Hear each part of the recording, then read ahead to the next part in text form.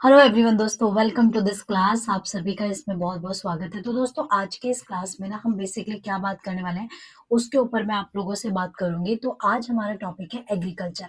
तो देखिए, एग्रीकल्चर अगर मैं देखूँ एग्ज़ाम पॉइंट ऑफ व्यू से तो इम्पोर्टेंट तो सच में बहुत ज़्यादा है, क्योंकि इंडियन इकोनॉमी का जो आपका स्टार्ट होता है, ठीक है? तो वो एग्रीकल्चर से ही स्टार्ट होता है पोर्शन।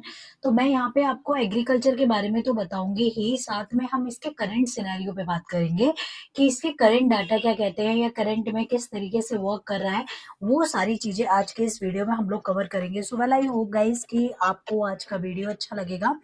तो आप सभी का एक बार फिर से स्वागत है। मेरा नाम पूनम शर्मा है और आज हम बात करेंगे एग्रीकल्चर को लेकर के, ठीक है? अगर आपके कोई भी डाउट्स होते हैं, कुछ भी होता है, तो आप बहुत ही फ्रीली मेरे से पूछ सकते हैं। आप कमेंट्स कर सकते हैं, मैं सभी स्टूडेंट्स के सभी कमेंट्स का रिप्लाई करती हूँ, ठीक है? तो वो सब आप लोग करेंगे, ठीक है? तो चलिए स्टार्ट कर लेते हैं हम एग्रीकल्चर टॉपिक। और ये देखिए, अगर आप यूपीपीसीएस का एग्जाम देने जा रहे हैं, यूपीएससी का देने जा रहे हैं, आप एसएससी का एग्जाम देने जा रहे हैं, इवन आप यूजीसी नेट जेआरएफ का एग्जाम देने जा रहे हैं, तब भी आपका ये एग्रीकल्चर पोर्शन इंपॉर्टेंट रहता है।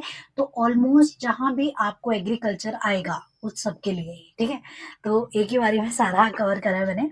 तो चलिए स्टार्ट करते हैं। और मैं थोड़ा कोशिश यही रहेगी कि मेरी वीडियो हमारी थोड़ी शॉर्ट रहे, ताकि उसमें ही हम काफ़ी कवर कर पाएँ, ठीक है? और लेकिन कई बार वीडियो थोड़ी लंबी होती है, उसका मेन रीज़न यही रहता है कि आप लोगों को चीज़ें बढ़िया तरीके से कवर हो जाएँ, और कुछ भी नहीं ऐसा पर्पस रहता है कि बहुत लंबा वीडियो बन गया।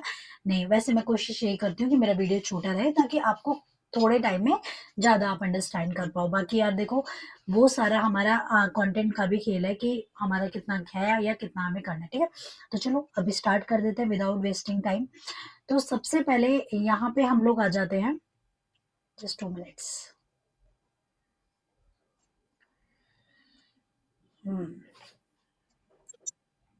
ना ओके, परफेक्ट।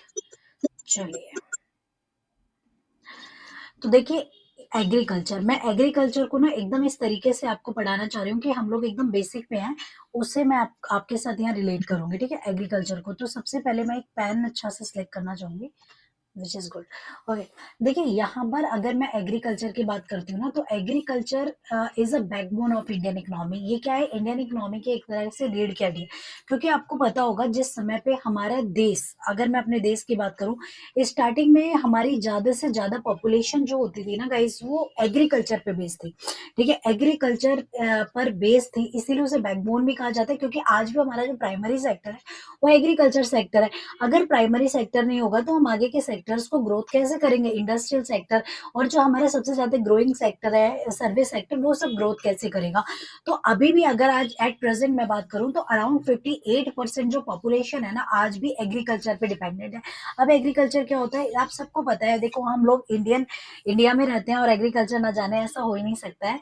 तो एग्रीकल्चर बेसिकली जो हमारी फार्मिंग है, क्रॉपिंग है, ये सारी चीजें, एग्री बिजनेस आप आगे करेंगे, ठीक है? तो एग्रीकल्चर की जो एक्टिव, देखिए, एग्रीकल्चर को हम बैकबोन भी कहा जाता है इकोनॉमी का। और इंडिया की 58% ऑफ द पॉपुलेशन डिपेंड है एग्रीकल्चर के ऊपर, ठीक है? अगर देखिए, कृषि उत्पादन में भारत में दुनिया में दूसरे स्थान पे आता है। अच्छा, आपको एक क्वेश्चन है। देखो, मैंने ना जानबूझ के यहाँ पे India rank second world wide लिखा, फर्स्ट के बारे में मैंने नहीं लिखा। तो मेरा आज आपसे यही क्वेश्चन है कि एग्रीकल्चर के मामले में पहले नंबर पे कौन सा देश आता है, ठीक है? तो आपका आज क्विज ऑफ द क्वेश्चन भी है। इसके बाद यहाँ पे आता है कि इंडिया की जो मेन लीडिंग प्रोड्यूसर है, सबसे ज्यादा जो इंडिया प्रोड्यूस करता है ना, वो है आपका क्या? जूट। एक मिनट गाइस। इंडिया जो मेनली सबसे ज्यादा प्रोड्यूस करता है जूट, और दूसरा है पल्सेस यानी कि दालें, ठीक है? इसका मेन प्रोड्यूसर है जूट होता है, और पल्सेस आप जानते ही हैं। सेकंड लार्जेस्ट प्रोड्यूसर है व्हीट का, यानी कि गेहूं, ठीक है? पैडी, ठीक है? जो धान वगैरह होते हैं, ठीक है? गेहूं, धान, ठीक है? फ्रूट्स यानी कि सब फल, और वेजिटेबल्स यानी कि सब्जियां, इनका लार्जेस्ट प्रोड्यूस करता है इंडिया, ठीक है? तो ये आपको याद रखना है। इसके बाद नेक्स्ट हम लोग आते हैं। इसके यहाँ पे आता है कि agriculture accounts for the 18% of the total export earning and provide raw material to the large number of industry. यहाँ पे क्या रखा है कि कुल निर्यात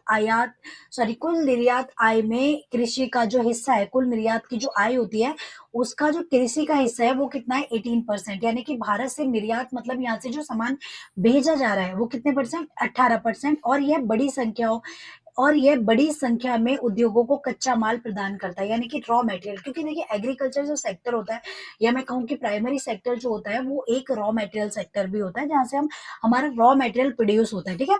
तो सकल घरेलू उत्पाद में इसका जो टोटल योगदान होता है वो 23% देता है, यानी कि कंट्रीब्यूट जो जीडीपी में कर रहा है, यानी कि ग्रॉस डोमेस्टिक प्रोडक्ट में जो जीडीपी में कर रहा है एग्रीकल्चर, वो 23% कर रहा है। मैंने बोला था ना कि मैं फैक्ट्स पे ज्यादातर बात करूंगी, वो भी करंट फैक्ट्स के ऊपर, ठीक है। हाई प्रोडक्शन ऑफ, ठीक है, अगर देखिए कृषि योग्य भूमि का उच्च योगदान, ठीक है, हमारी जो कृषि योग्य भूमि है वो कितनी है, 55% ऑफ लैंड, यानी कि 132.3 मिलियन हेक्टेयर जो लैंड है, वो आपका एग्रीकल्चर के लिए यूज की जाती है। इसमें 1 अरब लोगों को भोजन, ठीक है, इससे क्या होता है कि provide food to 1 billion people, ये 1 बिलियन पीपल को क्या करे, प्रोड्यूस 51 मेजर क्रॉप्स, ठीक है, इंडिया के अंदर 51 मेजर क्रॉप इतने एरिया में प्रोड्यूस हो रही हैं। Contribute 1/6 of the export earnings, यानी कि निर्यात आय में 1/6 यानी कि 1/6 योगदान देता है कौन सा सेक्टर, एग्रीकल्चर। तो this is a very important question, कि यहाँ से देखो एक क्वेश्चन इंपॉर्टेंट पुट होता है कि निर्यात आय में, यानी कि जो एक्सपोर्ट इनकम होती है, उसमें एग्रीकल्चर का क्या कॉन्ट्रीब्यूशन है, तो उसमें एग्रीकल्चर का 1/6 कॉन्ट्रीब्यूशन इज द एग्रीकल्चर, ठीक है। तो एक मतलब 1/6 जो हमारा है वो एग्रीकल्चर का कंट्रीब्यूशन आता है इसमें। इसके बाद देखिए राष्ट्रीय आय का एक बड़ा हिस्सा कृषि से भी आता है, देखिए सर्विस सेक्टर से आता है मानते हैं, पर कृषि इज ऑल्सो रीजन, कृषि से भी आता है।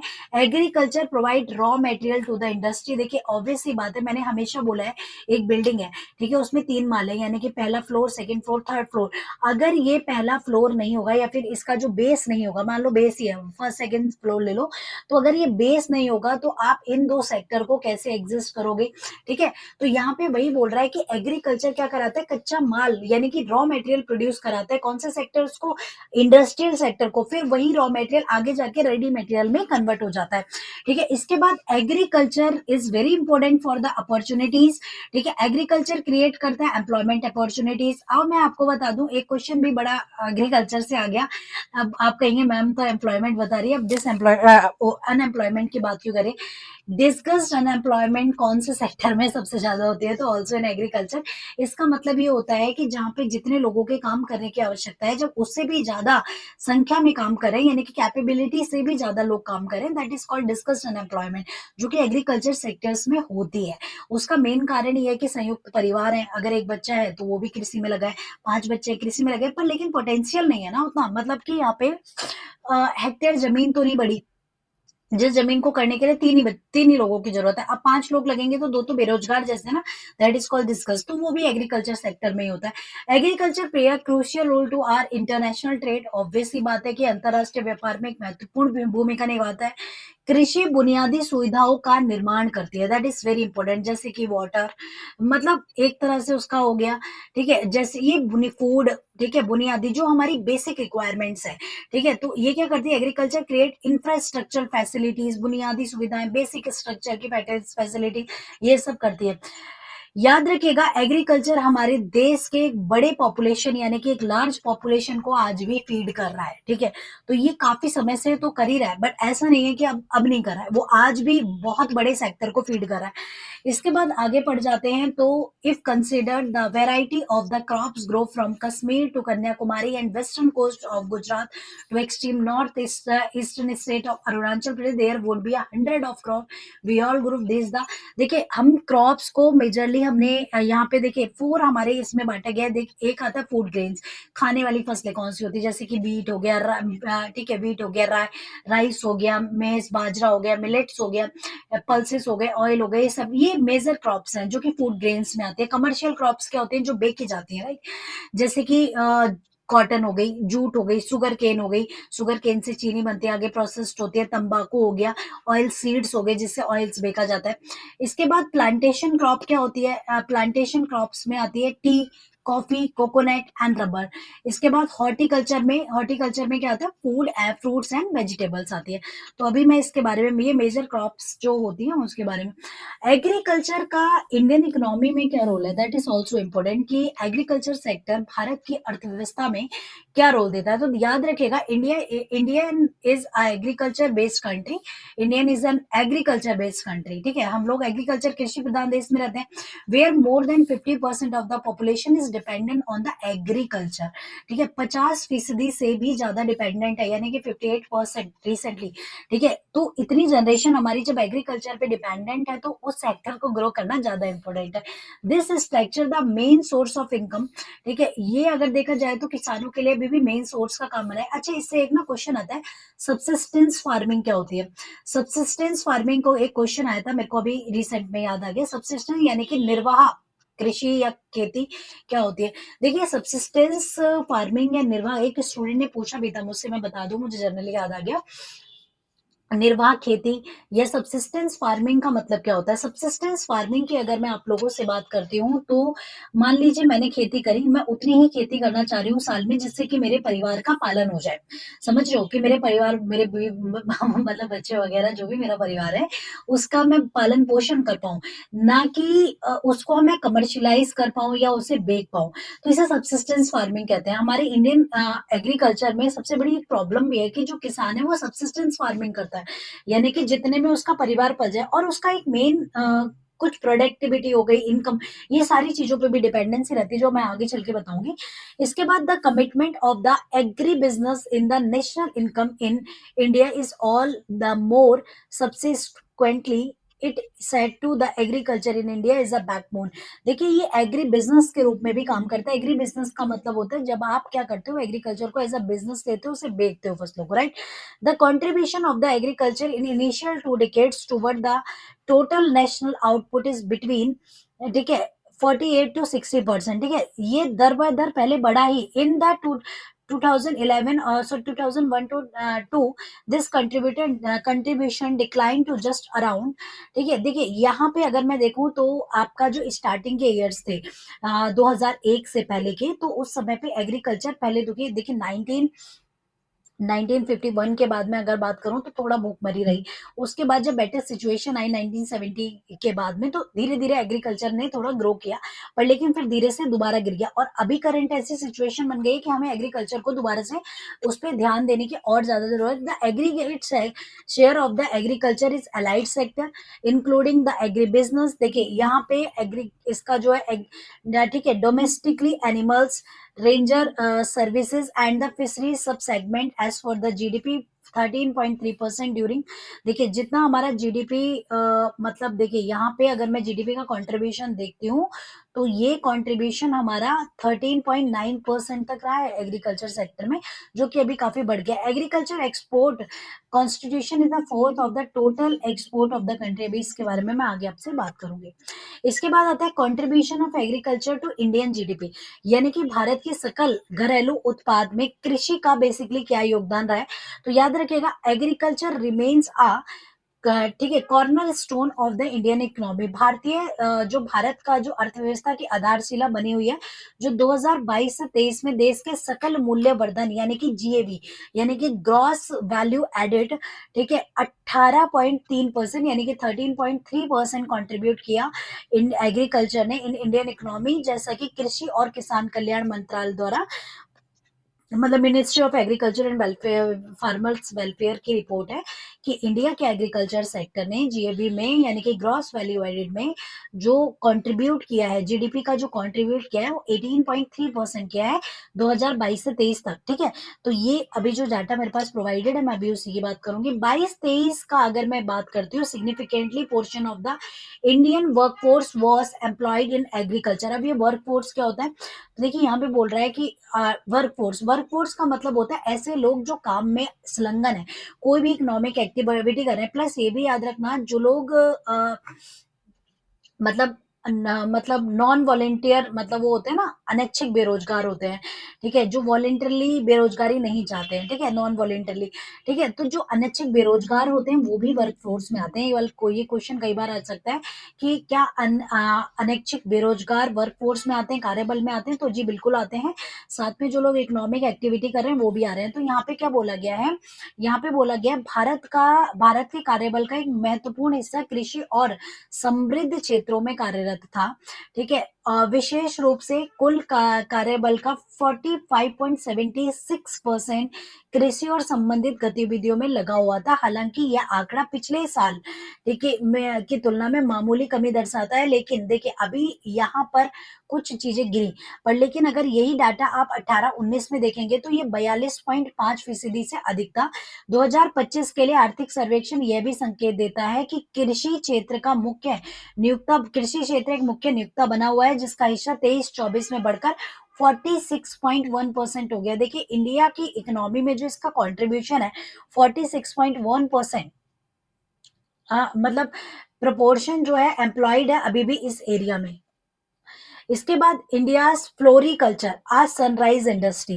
देखिए इंडिया का जो फ्लोरिकल्चर है वो भी इस समय पे एक सनराइज इंडस्ट्री की तरह उभरा है, ठीक है। तो यहाँ पे आते हैं, देखिए India's floriculture industry has grow into a high performing sector. अभी सनराइज इंडस्ट्री क्या होता है, सनराइज इंडस्ट्री का मतलब होता है कि जो एकदम से ग्रोइंग इंडस्ट्री होती है, जैसे कोविड के समय पे आईटी सेक्टर एक ग्रोइंग इंडस्ट्री थी, तो India's floriculture has the grown into a high performing sector, earning it status as a sunrise industry. अभी किस में आ रहा है, sunrise with a 100% export orientation, ठीक है, इसमें सबसे ज्यादा एक्सपोर्ट ओरिएंटेशन इस समय चल रहा है। Driving by the growing global demand for the flowers, ठीक है, फ्लोरिकल्चर मतलब फ्लावर्स वगैरह का जो मतलब फार्मिंग वगैरह होती है, तो इसकी काफी ज्यादा फार्मिंग बढ़ी है। Floriculture has evolve into a key commercial venture within agriculture. अभी रिसेंटली ही, अभी पहले नहीं था ये ऐसा, एग्रीकल्चर वेंचर्स कमर्शियल वेंचर्स में, यानी कि कमर्शियल फसलों में बदल चुका है। कमर्शियल फ्लोरिकल्चर इज पर्टिकुलरली, ठीक है, lucrative, ठीक है, lucrative, offering higher returns per unit area than many traditional field crops. Profitable avenues in the commercial floriculture included flower cut flower production, loose flower production, for dry flower, cut green, pot plants, flower seeds, perfume and essential oils, ठीक है, तो इन सब में इसका काफी use होता है। Ramachandra 2017 found that including flower in are rice based crop sequences give higher net return than other, ठीक है, sequences rice, soybean, rice bell pepper, rice fodder, maize, rice cowpea, rice, radish. Further further intercropping flowers are more profitable compared to the option of the carols pulses, ठीक है, carols pulses। देखिए अभी इस समय पे ये काफी ज्यादा ग्रो किया है सेक्टर, इसकी इंटरनेशनल मार्केट में यही सारा घूम फिर के सब लिखा हुआ है, इंटरनेशनल मार्केट में काफी ज्यादा डिमांड बढ़ी है, ठीक है। फिर वो किसी भी फॉर्म्स में हो, यहाँ पे ये भी लिखा है कि देखिए छोटे या कटे हुए फूल्स या ड्राई फूल्स हो गए, इनका परफ्यूम्स बनाने में, एसेंस बनाने में, ये सब इसमें काम आता है, ठीक है। तो ये याद रखेंगे। विद द सब्सिडी सपोर्ट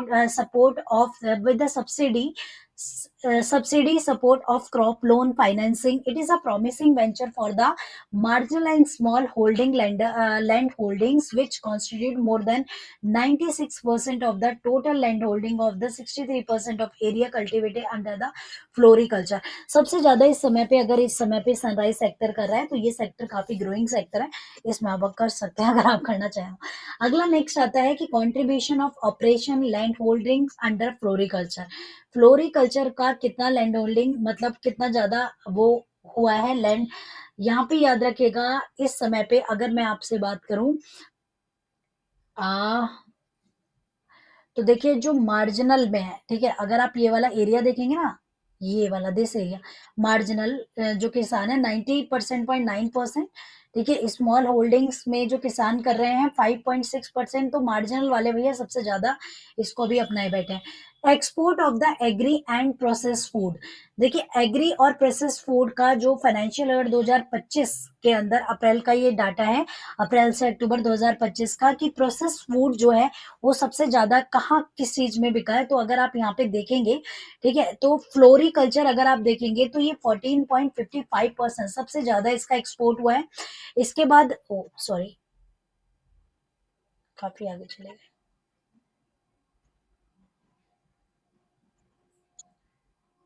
इसके बाद दूसरा जो है प्रोसेस्ड फूड एंड वेजिटेबल यानी कि हॉर्टिकल्चर 13.39%, लाइव स्टॉक के आइटम जो होते हैं 7.17%, ठीक है, other process food 6.50 and total 3.7, बाकी अदर जो है। तो यहाँ पे अगर आप ये डाटा देखेंगे ना, सबसे ज्यादा एक्सपोर्ट जो है 2025 में भी वो फ्लावर्स का ही हुआ है। सोर्स है अपेडा से लिया गया भैया, बहुत इंपॉर्टेंट। आगे बढ़ते हैं। नेक्स्ट आता है कि growth in the production of milk meet egg and fish. ठीक है, milk meet egg and fish का आप देखिए कि क्या ग्रोथ रहा है, यानी कि डेयरी प्रोडक्ट्स जो होते हैं उनमें क्या ग्रोथ रहा है। तो सबसे पहले मैं 19 और 20 का डाटा देखूंगी और मैं 23-24 का और इसका देखूंगी, क्योंकि अगर आपके एग्जाम पॉइंट ऑफ व्यू से ना, या तो 2-3 साल पहले का पूछता है ये वाला। तो देखिए ये जो ब्लू से है नोटिस, ये वाला जो है ये मिल्क की बात कर रहा है, ये रेड वाला एग की बात कर रहा है, ग्रीन वाला मीट की बात कर रहा है, और इसकी। तो अगर मैं सबसे ज्यादा हाईएस्ट देखूं तो लगभग लगभग यहाँ पे 10% जो है ये एग एग प्रोडक्शन, मतलब जो एग प्रोडक्शन में ग्रोथ हुई है। इसके बाद जो दूसरी ग्रोथ देखी गई है वो मीट के प्रोडक्ट, मतलब मीट में हुई है, और यहाँ पे मिल्क में सबसे ज्यादा हाईएस्ट मतलब 19-20 में रहा मीट। इसके बाद 20-21 में भी मीट ही है, सॉरी एग एग रहा है। इसके बाद 2021-22 में फिश प्रोडक्शन सबसे ज्यादा ग्रोइंग सेक्टर्स में से रहा। 22-23 में भी फिश प्रोडक्शन ग्रोइंग सेक्टर्स में, और 23 में, और ये आपका मीट और फिश लगभग लगभग सेम प्रोडक्शन में रहे। That is very important table guys, कई बार पूछ लेता है। अगला आता है decline share of institution non institutional credit. देखिए एक होता है इंस्टीट्यूशनल क्रेडिट और एक होता है non institutional credit. Institutional credit का मतलब ये होता है किसी ऐसी जगह से लोन वगैरह लेना, किसान ले रहा है, कोई भी पर्सन ले रहा है, जहां से आपका फॉर्मल वर्क होता है, पेपर वर्क होता है, जहां पे आपके डॉक्यूमेंटेशन होते हैं, लाइक बैंक्स वगैरह से। नॉन इंस्टीट्यूशनल क्रेडिट वो जगह होती है जहां से लाइक अपने रिश्तेदारों से ले लेना, दोस्तों से ले लेना, वो सारे नॉन इंस्टीट्यूशनल। तो देखिए टाइम बाय टाइम क्या हुआ, अगर आप देखेंगे 1951 से लेकर के 2020 तक देखेंगे, तो टाइम बाय टाइम जो इंस्टीट्यूशनल, पहले लोग क्या करते थे, पहले गैर संस्थागत जगहों से ऋण लेना पसंद करते थे, पर आज की डेट में लोग संस्थागत लेना पसंद करते हैं, ताकि उसका एक वैलिड पेपर हो, कल को आप क्लेम कर सको। तो अगर आप देखेंगे 1991 में, तो ये 10%, ये वाला जो ग्रीन वाला दिख रहा है ना, ये सारा इंस्टीट्यूशनल है और ये नॉन इंस्टीट्यूशनल है। सबसे ज्यादा 90% ऑफ पीपल्स किससे लोन ले रहे थे, मतलब दोस्त रिश्तेदारों से, और बैंकों से लोन लेने वाले या फिर किसी भी इंस्टीट्यूशनल एरिया से लोन लेने वाले संख्या बहुत ही कम थी। फिर 1996 में थोड़ा गिरा, ये देखो ये डिक्लाइन होता चला जा रहा है, ये गिरता जा रहा है, और अगर आप 2000 यहाँ पे बात करेंगे 22 की, तो ये 75% हो गया, और वो यहीं पे 25%। अगर 100% है तो ये 75%, और ये 25%, और यहाँ पे भी अगर 100 है तो ये 90, और ये विच इज वेरी गुड कि अब लोग क्या कर रहे हैं, वो ज्यादा से ज्यादा इंस्टीट्यूशनल एरिया से लोन लेना ज्यादा पसंद कर रहे हैं compare to non institutional. Okay, चलिए आगे आता है। In agriculture financing institutional credit refer to the loan and credit provide by the formal regulated financial institutions like bank, cooperatives and development banks. ठीक है, यानी कि बैंकों से लोन लेना, कोऑपरेटिव से लोन लेना, डेवलपमेंट बैंक वगैरह से लोन लेना। नॉन इंस्टीट्यूशनल क्रेडिट, ठीक है, encompasses loan in informal sources like money lenders. ठीक है, यानी कि जो कमीशन वाले एजेंट्स होते हैं, ट्रेडर्स होते हैं, कमीशन एजेंट्स होते हैं, रिलेटिव्स होते हैं, भाई बंधु चारे में आप जो लोन लेते हैं वो सारे अनौपचारिक स्रोत होते हैं। औपचारिक स्रोत यानी कि बैंक से लेना या किसी भी वित्तीय संस्थान से लेना, ये सभी। इसके बाद नेक्स्ट आता है गाइस, अगर देखेंगे state with lowest Jharkhand and highest under the irrigation. अगर मैं इरिगेशन के डाटा की बात करूं, तो इरिगेशन इरिगेशन का मतलब होता है सिंचाई। सिंचाई का अगर सबसे ज्यादा कम, मतलब से लोएस्ट सिंचाई अगर हम मानते हैं, तो वो स्टेट कौन सा है, वो है आपका झारखंड। अगर आप 22 में देखेंगे तो इसका डाटा कुछ इतना है, ठीक है, इस सिंचाई के लिए।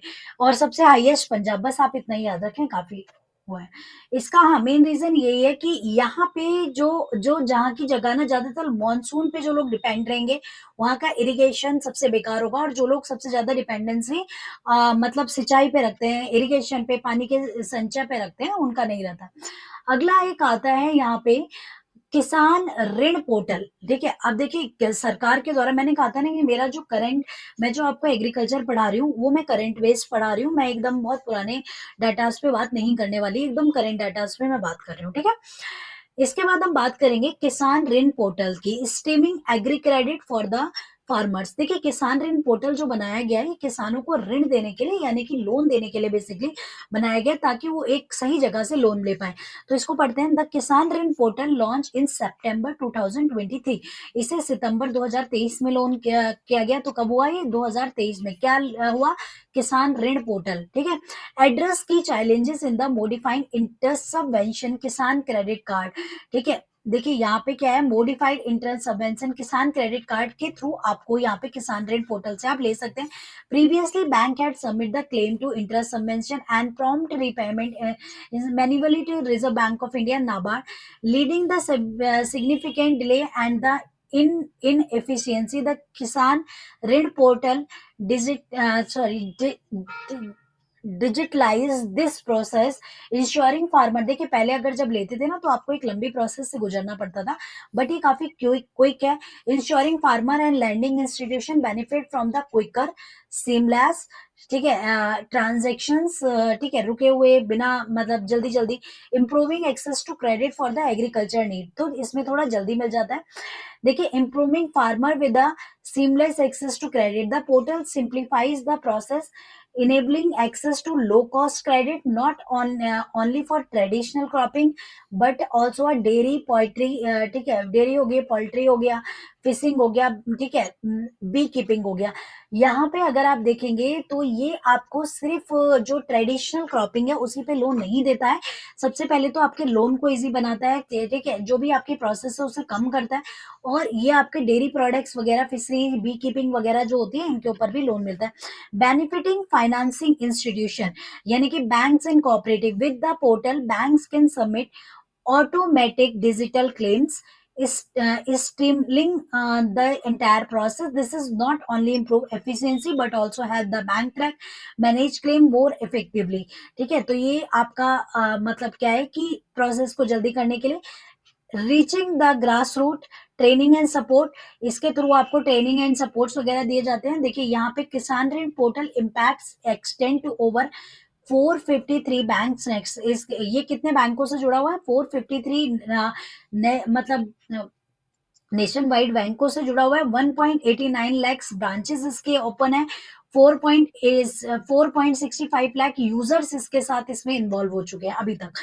करंट सक्सेस एंड अचीवमेंट, इसके करंट सक्सेस क्या है अगर आप देखेंगे, by December 2024 it had process claim worth worth कितना हो गया ये हो गया है आपका 1 लाख, सॉरी हाँ जी, ठीक है, 10833.78%, ठीक है। तो 1,08,636 करोड़ को इसमें क्या हुआ है, इतने लोग इसमें इंक्लूड हो गए हैं। 5.9 फार्मर्स इसमें इंक्लूड हुए हैं, ठीक है। तो ये काफी इंपॉर्टेंट है, आप बस इतना याद रखिए कि इसकी डेट क्या है, क्योंकि वही आपसे पूछता है। चलिए आगे। इकोनॉमिक सर्वे के अकॉर्डिंग देखा जाए तो मैं तुम्हें कुछ सिनेरियो भी बताती हूँ जो कि मैंने पीआईबी से लिया है। यहाँ पे देखिए इकोनॉमिक सर्वे के अकॉर्डिंगली जीडीपी ग्रोथ जो कांस्टेंट प्राइस पे रखी गई है वो 2025-26 के लिए 63 से लेकर 68 रखी गई है, जो कि 2021-22 में 9.7% थी, विच इज इम्पोर्टेंट गाइस। और ये 2022-23 में 7%, 2023-24 में 8.2% और 2024-25 6.4। अभी हमारी 6.3 से हमें 6.8 तक लेके आना है, ये हमारी एस्टिमेट की गई है। 6.3 से 6.8 तक। फूड ग्रेन प्रोडक्शन की अगर बात करी जाए तो फूड ग्रेन प्रोडक्शन हमारी बढ़ी है। 2022-23 में ये फूड ग्रेन प्रोडक्शन जो थी वो 310.7 मिलियन टन्स थी, जो कि अभी बढ़ करके कितनी हो गई, 332.3 मिलियन टन्स। ठीक है, इसके बाद कैपिटल एक्सपेंडिचर अगर देखा जाए तो कैपिटल एक्सपेंडिचर मतलब जीडीपी का कितना बेसिकली है अभी, तो 23-24 का 3.2% ऑफ द जीडीपी है, और 20-21 में अगर देखा जाए तो 2.1। इसके बाद इंडस्ट्रियल प्रोडक्शन, पहले जो हमारी ग्रोथ हमें रखी थी इंडस्ट्रियल प्रोडक्शन की, वो 20-21 में 8.4 थी। अभी रिसेंटली इंडियन प्रोडक्शन, ठीक है, हाँ, मार्केट प्राइस पे जो है वो 5.9, काफी कम हो गया। फॉरेन एक्सचेंज देखिए, इंडस्ट्रियल प्रोडक्शन गिरा है इंडिया का। फॉरेन एक्सचेंज रिजर्व जो है अगर आपको देखा जाए तो ये आपका 634.6 बिलियन मतलब यूएस बिलियन रुपीज बेसिकली ये हुआ है। इसके बाद फाइनेंशियल डेफिसिट आपका 2023-24 का जो है वो 5.6% है, जो कि आपका 2020-21 का 9.2 था, अभी काफी कम हो गया 5.6%। ओके, चलिए, तो ये मैंने कुछ इकोनॉमिक सर्वे की बात करी। मैंने पहले ही बोला था कि मेरी जो क्लास है ये बहुत ही पुराने जमाने की क्लास नहीं है। आई मीन टू से कि यहाँ पे मैं आपके साथ मतलब डाटा के ऊपर ज्यादातर बात करने वाली हूँ। प्रॉब्लम्स इन एग्रीकल्चर सेक्टर की, एग्रीकल्चर सेक्टर की सबसे बड़ी समस्याएं क्या है भैया, क्यों नहीं ये बढ़ पा रहा है एग्रीकल्चर इतना तेजी से? तो लैक ऑफ क्रेडिट फैसिलिटी आज भी है, या लोगों को ऋण लेने में परेशान नहीं है। लैक ऑफ फर्टिलाइजर, जो एक बेहतर फर्टिलाइजर्स होते हैं वो काफी महंगे भी आते हैं और उनको उनकी अवेलेबिलिटी हर जगह उतनी नहीं है। Lack of proper agriculture research, agriculture research नहीं है। अगर हमें ये पता होगी कौन सी जमीन पे कौन सी चीज ज्यादा उगेगी, ये किसकी प्रोडक्टिविटी ज्यादा है, तो हम और बेहतर कर सकते हैं। तो एग्रीकल्चर रिसर्च का अभी भी लैक है। Small and uneconomic holding, small है, छोटे छोटे जोत है। अगर मान लीजिए एक एक इतनी बड़ी जगह थी, फिर एक घर में 4 लड़के पैदा हो गए, तो ये जगह इतने में बढ़ जाएगी और कोई साथ में नहीं करेगा, संयुक्त नहीं करेगा, उसकी इतनी है। ठीक है, तो एक बंदे के पास इतनी रहेगी। तो स्मॉल लैंडिंग्स है, अन इकोनॉमिक होल्डिंग्स है, यानी कि आप निर्भय खेती ज्यादा कर रहे हो अपने जीवन को पालने के लिए, उन्हें बेच कम रहे हो। इन एडुकेट इरिगेशन फैसिलिटीज, यानी कि आपको इरिगेशन की फैसिलिटीज कम है। ठीक है, defective marketing scheme, marketing scheme थोड़ी सी बेकार होने के कारण। सॉइल इवर्जन, यानी कि भूमि का जो शरण हो जाता है, ऊपर से सॉइल खराब जो हो जाती है।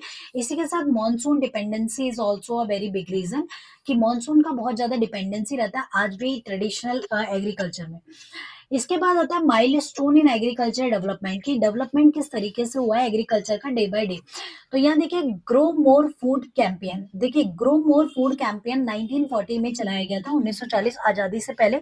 इंटीग्रेटेड प्रोडक्ट, ठीक है, तो ये इंटीग्रेटेड प्रोडक्शन प्रोग्राम 1950 में चलाया गया था, focus on food and cash crops. ठीक है, तो ये फूड यानी कि खाने के और ऐसी क्रॉप जो कि जिनसे आपको पैसा मिलता है, तो इसका था integrated production program 1950। 5 year plans for India oriented toward agriculture development. 5 year plans बनाए गए थे। Land reclamation, land development, mechanization, ठीक है, electrification, use of fertilizer, chemicals, ये सारे 5 ईयर प्लान्स में इंक्लूड किया गया था। The very important green revolution किया गया था एग्रीकल्चर को सुधार करने के लिए 1960 में। इसका वैसे पीरियड 1966 है, मतलब जब से शुरू हुआ था। ओके, येलो रिवोल्यूशन किया गया था जो मस्टर्ड के लिए किया गया था, मस्टर्ड सीड्स वगैरह के लिए, 1986 से 1990 तक चला था, 1986 to 19।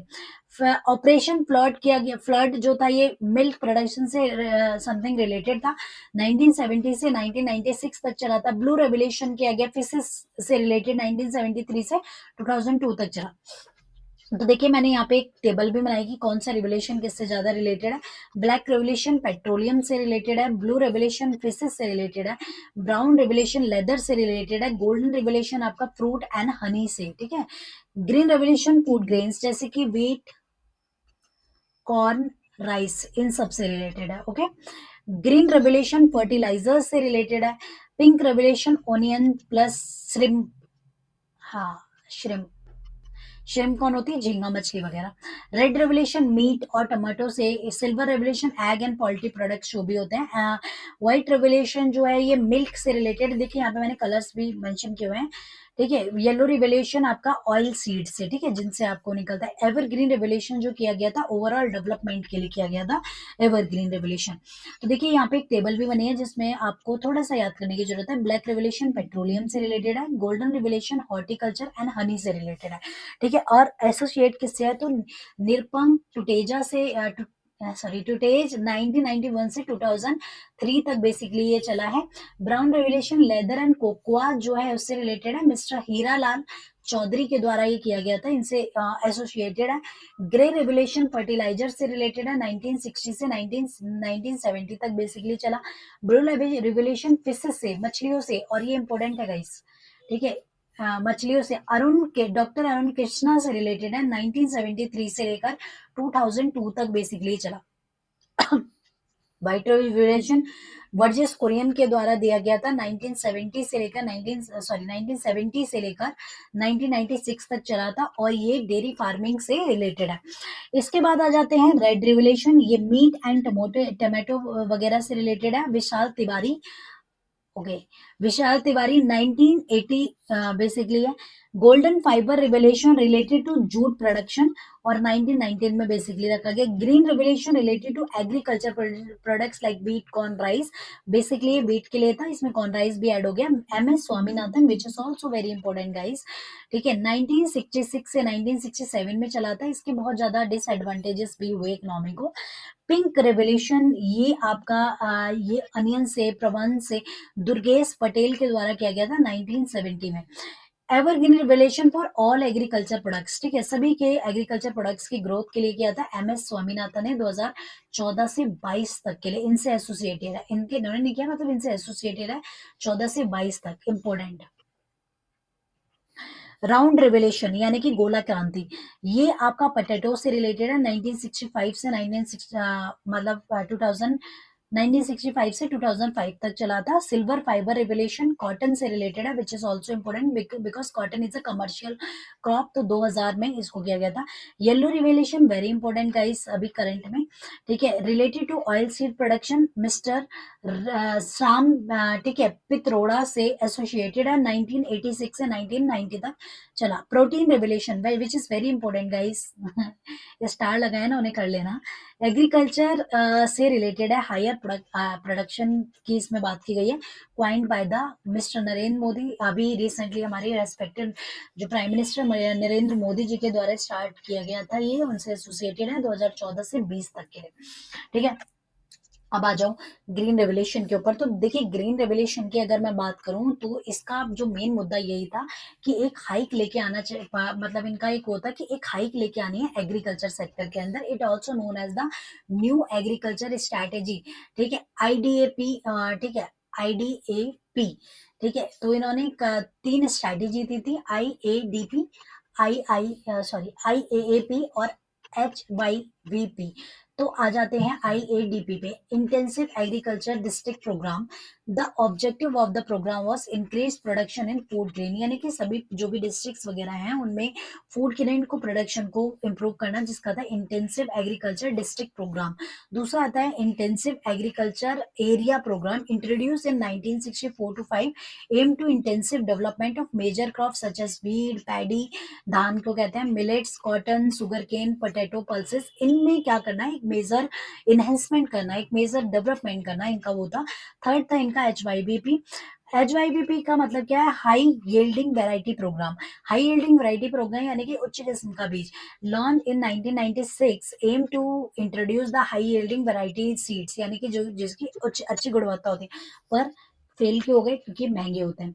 Impacts of the green revolution, इसके कुछ पॉजिटिव इम्पैक्ट्स भी हैं और कुछ नेगेटिव इम्पैक्ट्स भी हैं।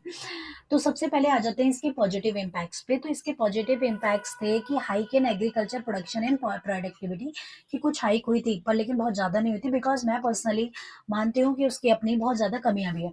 Increase in food production increase हुआ। Boost the production of the cereals, cereals का प्रोडक्शन बूस्ट हुआ।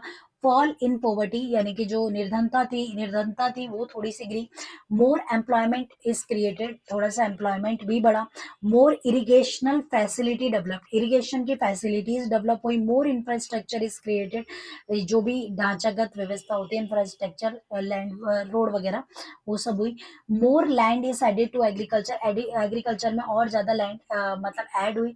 Better distribution of land, land का सही डिस्ट्रीब्यूशन हो। More research on agriculture. देखिए इसके नेगेटिव इम्पैक्ट्स एक्चुअली ज्यादा हैं।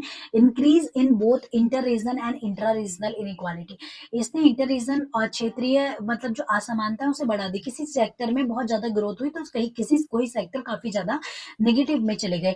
जैसे अगर मैं आपको बात करूं तो ये जो ग्रीन रेवोल्यूशन ज्यादातर किया गया था नहीं, पंजाब हरियाणा साइड में किया गया था, और वहां पे इतना ज्यादा फर्टिलाइजर यूज किया गया, फर्टिलाइजर इतना यूज किया गया कि आज की भी उसकी जो क्रॉपिंग हो रही है वहां पे अगर गेहूं वगैरह की क्रॉपिंग देखी जाए तो वो उतना बेहतर गेहूं नहीं माना जाता, जो कि मध्य प्रदेश का सरबती माना जाता है। उसका मेन कारण ये है कि वहां पे बहुत भर भर के क्या हुआ है, फर्टिलाइजर डाला गया, जिसकी वजह से आज भी कुछ लोगों को कैंसर का कारण बने। ठीक है, तो इसके मेन ये थे कि इसमें इनइक्वालिटी बहुत हुई, असमानता हुई, कुछ सेक्टर बढ़ गए कुछ सेक्टर नहीं बढ़े। एनवायरमेंट डिग्रेडेशन हुआ, यानी कि जो हमारा वातावरण एनवायरमेंट है उसका भी थोड़ा सा नाश हुआ। ठीक है, रिडक्शन इन एम्प्लॉयमेंट इलास्टिसिटी, ठीक है, एम्प्लॉयमेंट की जो इलास्टिसिटी थोड़ी सी कम हुई। Increase in personal inequality, personal inequality जिन सेक्टर में बढ़ रहा था, ठीक है, वहां का तो सही है, जिन सेक्टर में खराब हो रही है चीजें तो वहां पे इनइक्वालिटी असमानता आ गई। ट्रेडिशनल नॉलेज वॉज लॉस्ट, जो हमारे पुराने तरीके थे, परंपरागत तरीके थे, वो कहीं ना कहीं खोके रह गए थे। ग्राउंड वाटर लेवल डाउन हो गया था, इतना ज्यादा पानी डाला गया कि पता ही नहीं चला कि ग्राउंड में कहाँ तक पानी ले जाना, तो बहुत ज्यादा ग्राउंड लेवल जो वो काफी नीचे चला गया था। Health problem due to excess of mosquito, mosquitoes की प्रॉब्लम बहुत ज्यादा बढ़ गई, यानी कि मच्छरों की। Irrigation of the field without proper drainage, बिना किसी ड्रेनेज के इरिगेशन किया गया, जिसके काफी नेगेटिव इम्पैक्ट्स है। और आपको मैं बता दूं आज भी हरियाणा या वगैरह में प्रॉब्लम्स हैं इस चीज को लेकर के।